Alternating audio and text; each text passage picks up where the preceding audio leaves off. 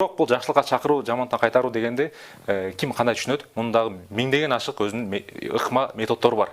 Мисал алып турган болсок, бирөөсү интернет тармагы аркылуу, бирөө китеп аркылуу, бирөөсүнүн бир чеберчилиги аркылуу дабат кылышы мүмкүн. Жанагы айткан биздин мыйзамда жанагындай эле элдин коопсуздук маселесин эске алып, элдин буга чейинки кайрылууларын эске алуу менен үймө үй кыдыруу аркылуу динге мажбурлоо же болбосо динин таркатуу маселе тыюу салынат деген сунуш киргизилген. Ал жерге эч бир динге байланып, ушул динге сен тыюу максатында эмес, жамаатка да тиешелүү жок. Жана айтканда 15ден ашык конфессия бар. Ошо христиан багыты, ислам баарына тиешелүү.